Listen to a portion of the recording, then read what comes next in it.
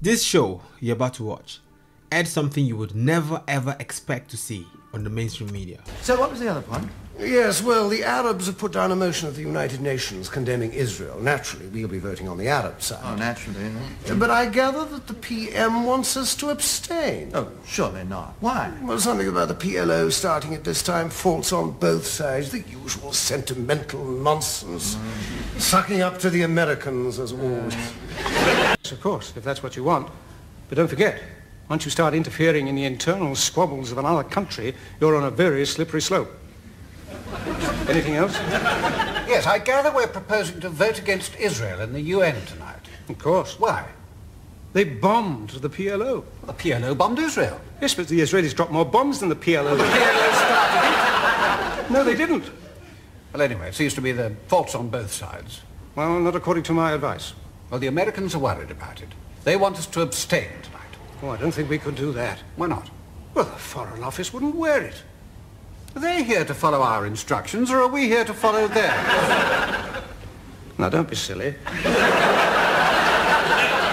And then there's this business of the UN vote on Israel tonight. The Americans want us to abstain.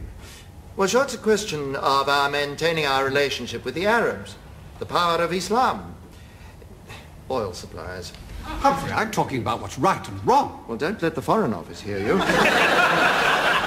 Well, if you insist on an even-handed approach, the Foreign Office might agree to your abstaining on the matter of Israel, so long as you authorize our man there to make a powerful speech attacking Zionism. Surely we should use the debate to promote peace and harmony, goodwill.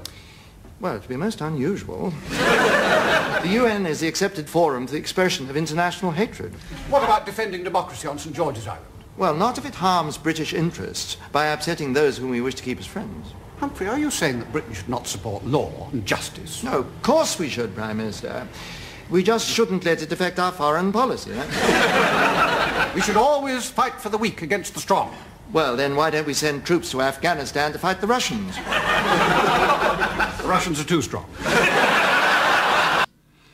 This show just nailed it. Like, it is so brutal, straight to the point. Like, I watched it and I was shocked. I was really shocked. All this while, you know, I spent quite a few months just checking what's going on there, checked a few of historical facts, you know, facts, figures, and what's been, you know, happening in the Middle East. Only to find out that this show already exposed it in the 80s. Exposed it years and years and years ago. How this UK television broadcast dared to expose the United Nations treatment of Israel. I mean, like, it really surprised me how they had the balls to do it back then, and it still hits today. And if you notice, the UN is still accused of the same bias today, and this has been on for over 40 years. Now the question that this brings to mind is, why do you think the UN treats Israel unfairly?